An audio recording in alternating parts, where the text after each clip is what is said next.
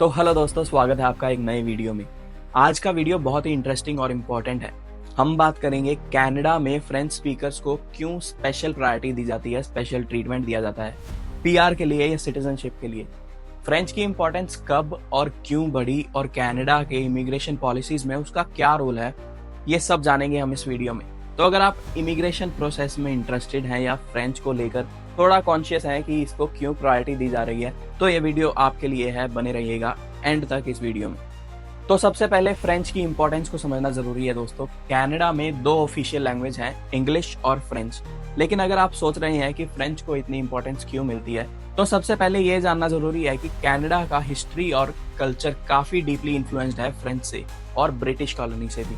French ने Canada की founding में मेजर रोल प्ले किया था। कनाडा का substantial portion specifically Quebec province है जो फ्रेंच स्पीकिंग है, और न्यू लेब्राडोर और फिनलैंड भी फ्रेंच स्पीकिंग है। ये क्वेबेक और दूसरे फ्रेंच स्पीकिंग कम्युनिटीज ही हैं जो फ्रेंच लैंग्वेज को अपना कल्चरल आइडेंटिटी मानकर उसे प्रिजर्व करते हैं। तो जब हम फ्रेंच की इंपॉर्टेंस की बात करते हैं, हम लिंग्विस्टिक डाइवर्सिटी और कल्चर प्रिजर्वेशन के कॉन्टेक्स्ट में बात कर रहे हैं। तो दोस्तों अब बात करते हैं कि फ्रेंच को प्रायोरिटी मिलती ही क्यों है। ये बात समझना थोड़ा और इंटरेस्टिंग है। फ्रेंच को कनाडा में इक्वल स्टेटस देना एक कॉन्शियस डिसीजन था जो 1969 में लिया गया, जब कनाडा की ऑफिशियल लैंग्वेज एक्ट पास हुई थी, जब इंग्लिश और फ्रेंच दोनों ऑफिशियल लैंग्वेज बना दी गई थी। दोस्तों इस लॉ का मकसद था इंग्लिश और फ्रेंच को इक्वल ऑफिशियल लैंग्वेज का स्टेटस दिया जाए। इसका डायरेक्ट इम्पैक्ट ये था कि फ्रेंच स्पीकर्स को पीआर एप्लीकेशन और सिटीजनशिप में प्रायोरिटी मिलने लगी और ज्यादा पॉइंट्स मिलने लगे, और बाइलिंगुअलिज्म को प्रमोट किया गया। ये पॉलिसी क्वेबेक के फ्रेंच स्पीकिंग सिटीजन्स को प्रोटेक्ट करने के लिए थी, ताकि वो अपने कल्चर और लिंग्विस्टिक आइडेंटिटी को प्रिजर्व कर सकें। क्वेबेक में फ्रेंच स्पीकिंग पीपल का अपना यूनिक कल्चर और लॉज हैं, और उनके लिए फ्रेंच लैंग्वेज को अपना आइडेंटिटी मार्कर माना गया है। अगर फ्रेंच को इम्पोर्टेंस नहीं मिलती तो ये कल्चर वैनिश हो सकता था और कनाडा से गायब हो सकता था, लुप्त हो सकता था। तो दोस्तों अब क्वेश्चन ये आता है कि ये प्रायोरिटी कब और कैसे आई और क्यों आई।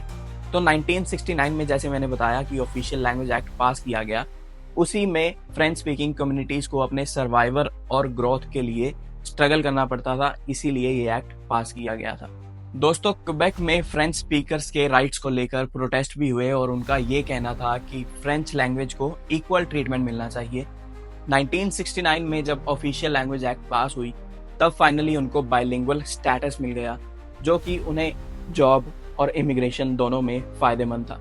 इस एक्ट के बाद दोस्तों फ्रेंच को कनाडा की ऑफिशियल लैंग्वेज के रूप में रिकॉग्नाइज किया गया। यह पॉलिटिकल और सोशल मूवमेंट था जिसका इम्पैक्ट कनाडा के इमिग्रेशन सिस्टम तक आया।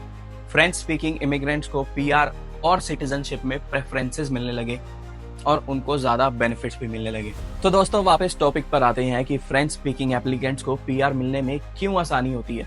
सबसे पहले क्वेबेक का एक डिस्टिंक्ट इमिग्रेशन सिस्टम है। वो चाहते हैं कि उनके फ्रेंच स्पीकिंग कल्चर को स्ट्रेंथन किया जाए, उनके फ्रेंच स्पीकिंग कल्चर को ब्रॉड किया जाए, ज्यादा से ज्यादा लोग उनके साथ जुड़े, और उनके इमिग्रेशन प्रोसेस को थोड़ा ईजी किया गया है, थोड़े एक्स्ट्रा बेनिफिट दिए गए हैं, ताकि उनका कल्चर भी थोड़ा ज्यादा ब्रॉड हो सके, जैसे इंग्लिश का कल्चर ज्यादा ब्रॉड है।